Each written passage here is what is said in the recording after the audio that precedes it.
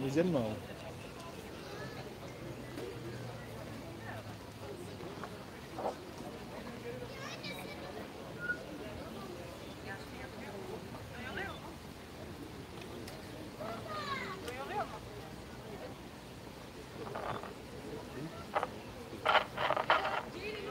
Duyuyor musunuz? 250. Tamam.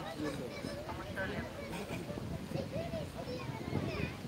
300 yazsın 300.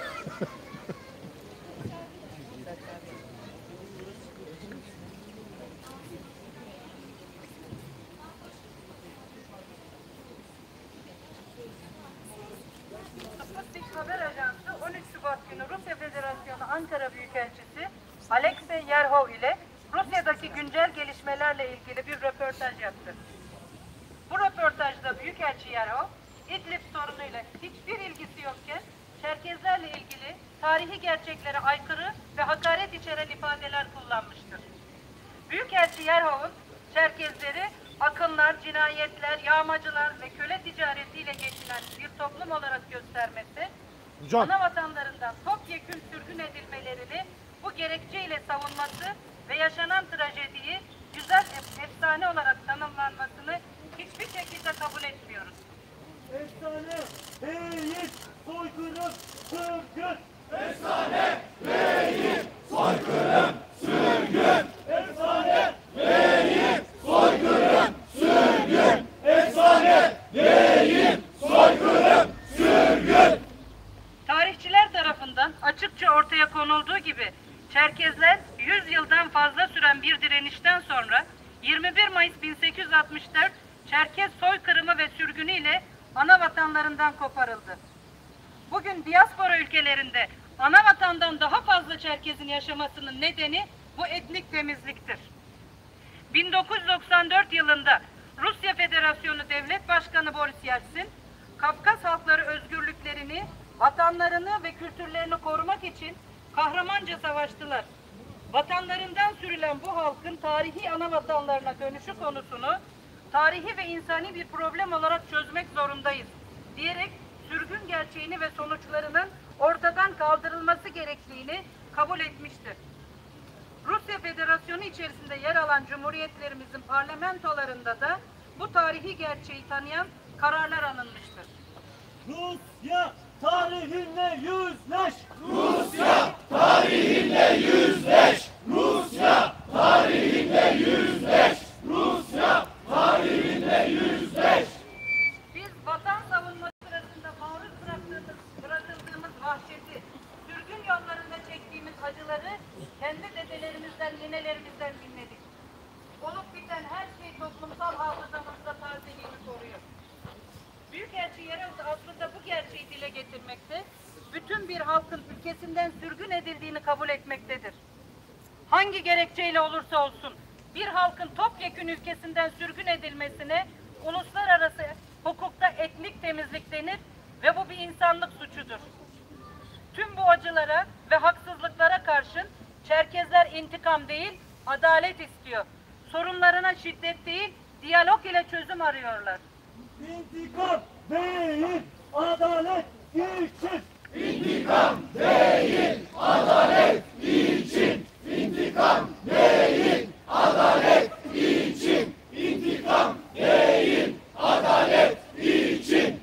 Bu doğrultuda Başkanlar Kurulumuzla ve Yönetim Kurulumuzla yaptığımız istişareler sonucu diplomasiye bir şans vermek ve konuya ilişkin özür mahiyetinde bir açıklama yapılmasını talep etmek üzere Büyükelçi Yerhov ile görüşmeye karar verdik. Büyükelçi Yerhov ile 19 Şubat 2020 Çarşamba günü Kaffet heyeti olarak gerçekleştirdiğimiz görüşmede bu ifadelerin hem kurumumuz bünyesinde hem tüm dünya Çerkezleri nezdinde infiale neden olduğunu belirterek bir düzeltme ve özür yayınlamaları gerektiğini belirttik. Görüşmede Büyükelçiliğin röportajını savunan bütün tezlerine gerekli yanıtlar verildi. Görüşme sonrasında Büyükelçilik tarafından yayınlanan açıklama metni talebimiz olan ve halkımızın beklediği bir özür içermediği gibi demecin ana mesajının Çerkez dostları tarafından yanlış anlaşıldığını iddia etmektedir. Yanlış anlaşılan bir şey yoktur. Özür dileyen halk, özür dileyen halk, Özür dileyen halk, özür dileyen halk, özür dileyen halk, özür dileyen halk. Hiçbir halkın bir daha soykırım ve sürgün yaşamaması için, acıların tekrarlanmaması için yapılan tarihsiz haksızlıkların kabul edilmesi gereklidir. Tarihsel gerçekler çarpıtılarak bütün bir halkın ana vatanından sürgün edilmesi hiçbir şekilde önemsizleştirilemez. Tarihsel haksızlıkların tanınmaması yaşanan acıları devam ettirir. Tarihsel haksızlıkların kabul edilmemesi yeni insanlık trajedilerine yol açar. Büyükelçi Yerov, röportajında ana vatanda kalan Çerkezlerin de Rusya ve Sovyetler Birliği'nin diğer halklarıyla birlikte farklı nedenlerle acı çektiğini kabul etmektedir. Doğrudur. Eğer Çerkezlerin yaşadığı sürgün ve soykırımla zamanında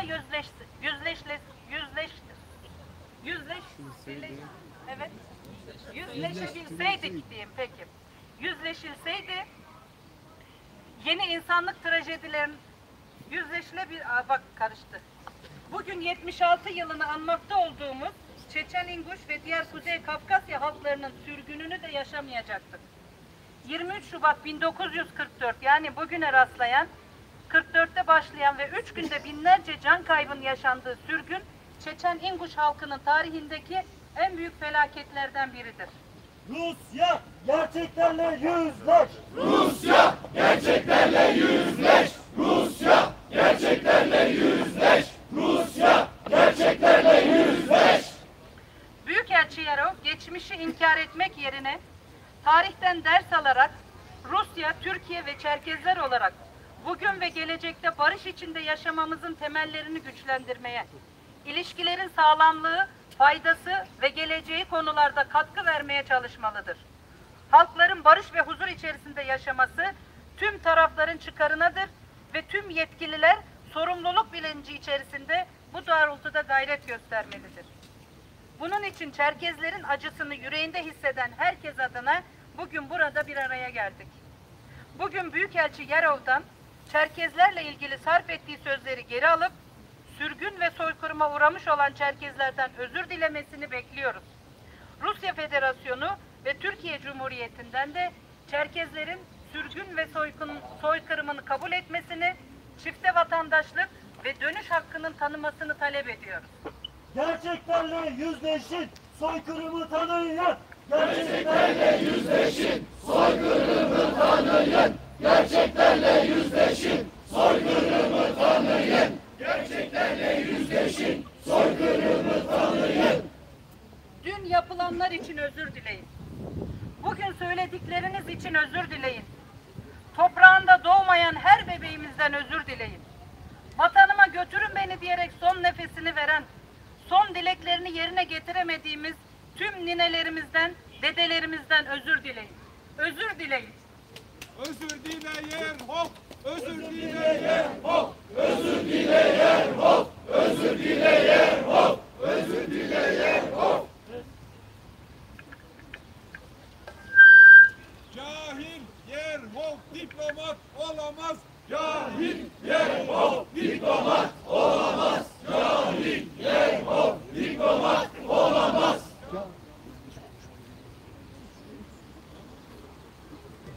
Katılımınız için hepinize çok teşekkür ediyorum.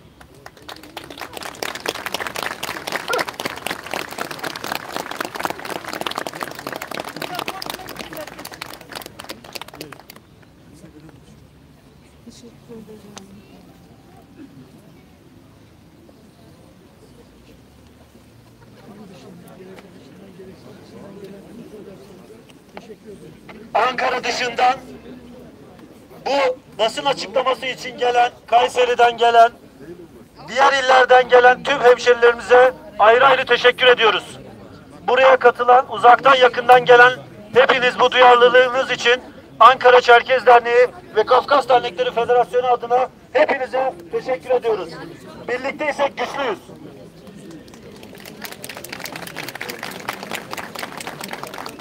Bu basın açıklaması elçiliğin önünde yapılmak istenmiştir. Fakat valiliğin izin vermemesi nedeniyle burada yapılmıştır. Onu da dipnot olarak siz sayın hemşerilerimize bildiriyorum.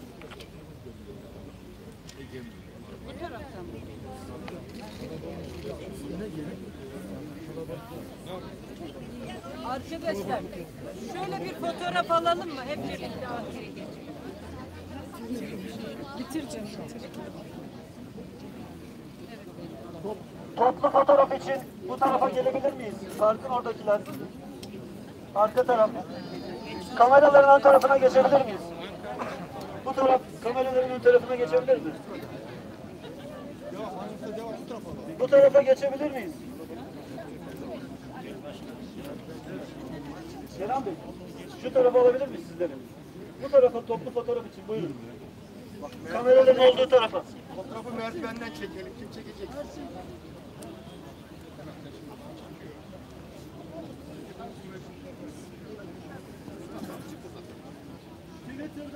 Twitter'da başlatılan özür dile hashtag'i devam edecektir. Twitter'dan ve sosyal medyadan bu özür bize iletilene kadar bu protestolarımıza devam edeceğiz. Yok çok geniş açı değil, çok dar. Levent. Çok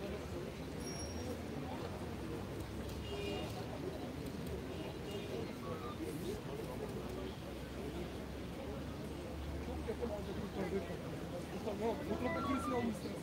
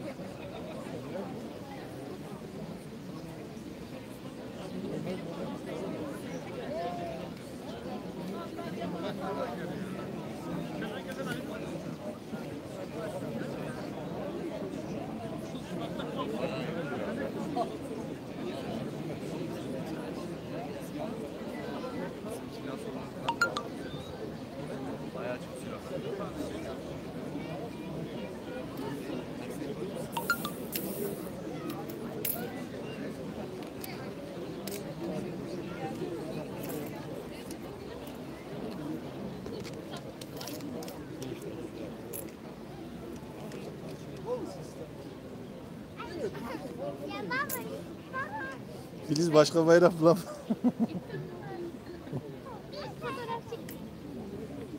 Ya diye bayrak.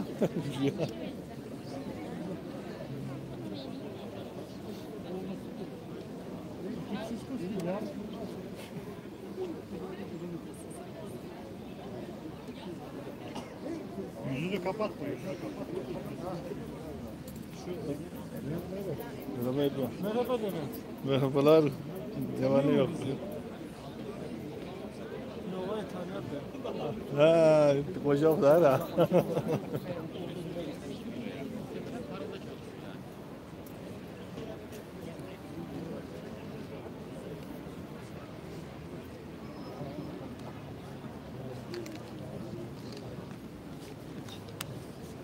Aytek abi merhaba. Seninle merhabalaşmadık.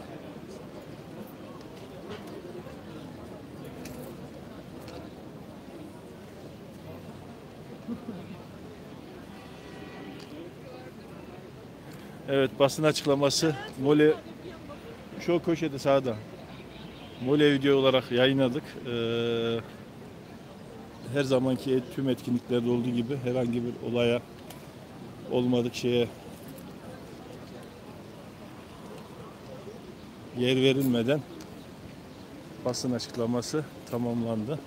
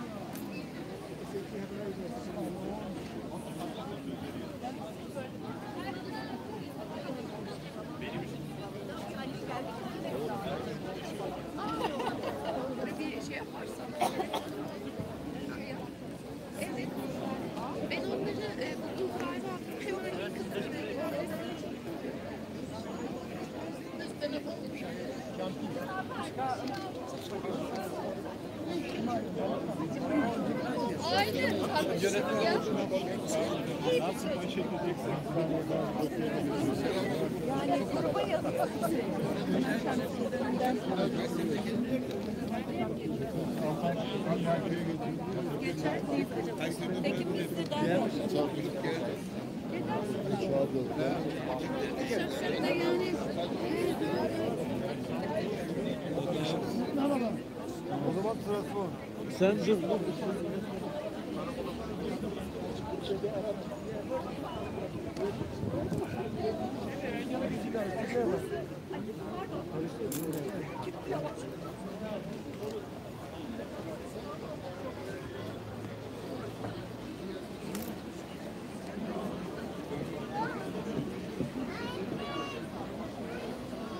Tabii basın açıklaması sona erdi. Uzun süredir karşılaşmayan insanlar da birbirini gördüğü için şu anda sohbet ediyorlar.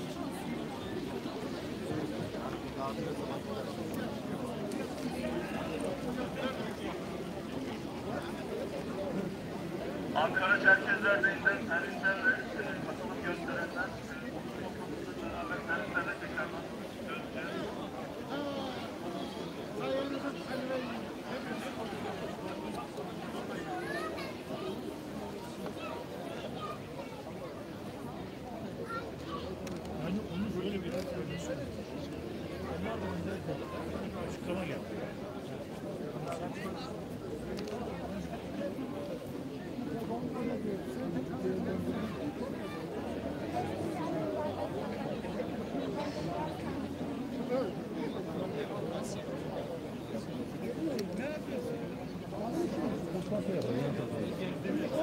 Dediğim gibi gel lan.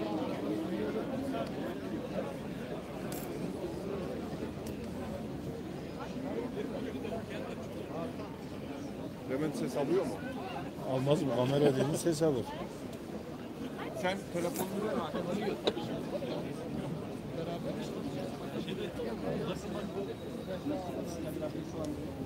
Yok bir şey yapma. Biz şimdi bir şeyler çekmeye başladık. Valla ne yapsın? Abi biri arşiv biri canlı.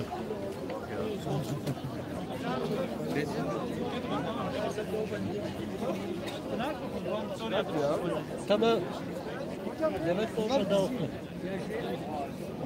Kameraman hem sıkıntıdaydın abi.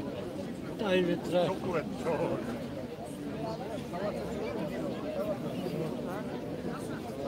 Allah'tan basın var, yani basın sayesinde sesimizi duyurabiliyoruz.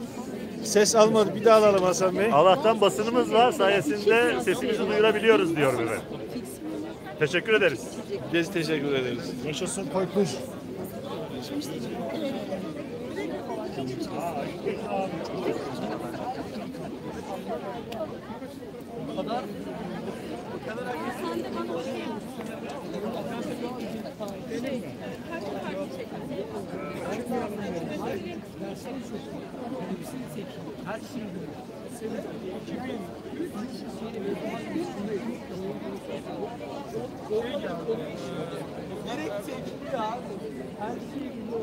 Evet. Arkadaşlar basın kamera çekimi. Ya ben çekim mi yapıyorum? Ben de seni çekeyim bana. Hadi gel. Kamera bu da. Birbirinizi çekin bana. Ya şeyde. Nerede abi? Antalya'da.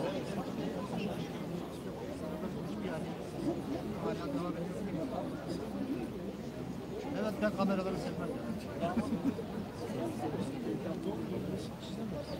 Demek herkesin benim de onun da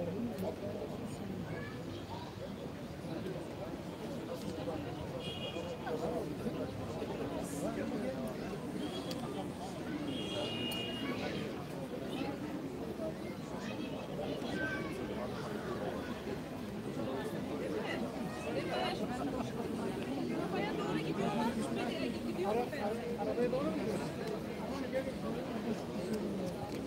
Bir şey yazdı Muhammed'le. Fatih Bu sizden mi bir kalkıp gitsinler mi diye normal. Sizden haber alıyor.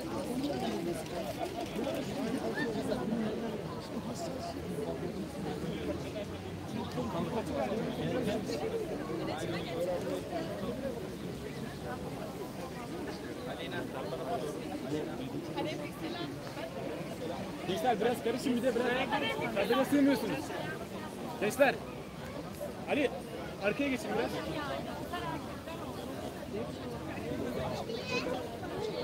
Şimaliye dön.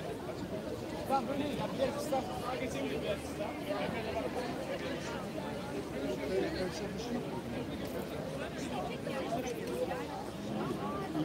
Heykelini yap. İnsanlık tarihinin bir heykelini yap. Evet, ne haber? İyi sağ ol, sen ne yapıyorsun, nasılsın? Eşini arıyorum. Söyle. Sen orayı kesersin artık.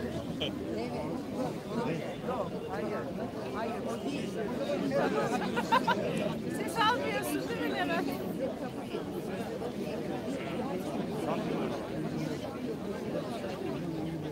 Takip edemedim.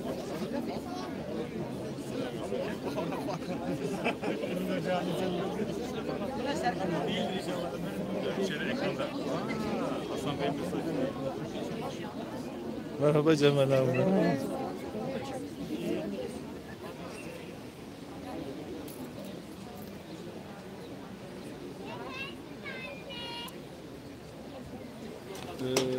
Canlı yayınımız burada sona eriyor. Mole video olarak izlediğiniz için teşekkür ederiz. Diğer etkinliklerde, diğer videolarda görüşmek üzere. Mole videoya abone olmayanlar da bu arada kanala abone olmalarını öneriyorum. Görüşmek üzere. Kendinize iyi bakın.